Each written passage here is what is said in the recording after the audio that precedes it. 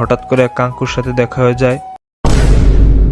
কাঙ্কু রিল্যাক্সে বিড়ি টানছিল। কাঙ্কুকে দেখে আমার রিয়াকশন যেমন ছিল। কাকু যখন বিড়িটা ধরাইছে তখন আমি কি করলাম না?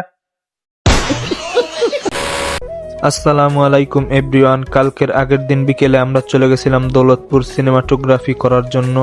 তো ওইখান থেকে কিছু সুন্দর সুন্দর ভিডিও ক্লিপ নেই। ভিডিও ক্লিপ নেওয়া হয়ে গেলে আমরা হাঁটতে থাকি। হাঁটতে হাঁটতে হঠাৎ দেখা হয়ে গেল এক কাঙ্কুর সাথে। কাঙ্কু ভাবছিল আমরা টিকটকার, এই জন্য ক্যামেরার দিক তাকাইছিল, কিন্তু আমরা তো টিকটকার না। कैसा लगा मेरा मजाक?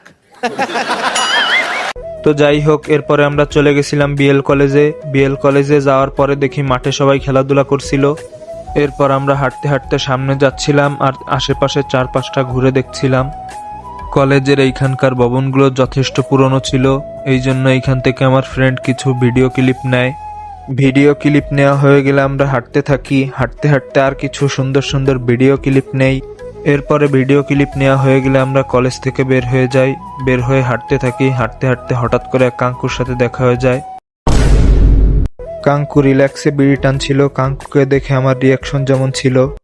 কাকু যখন বিড়িটা ধরাইছে তখন আমি কি করলাম না? তো যাই হোক, এরপরে আমরা বাসায় চলে আসি। ওই দিনের ব্লগ এখানেই শেষ। দেখা হবে নতুন কোনো ভিডিওতে। আল্লাহ হাফেজ।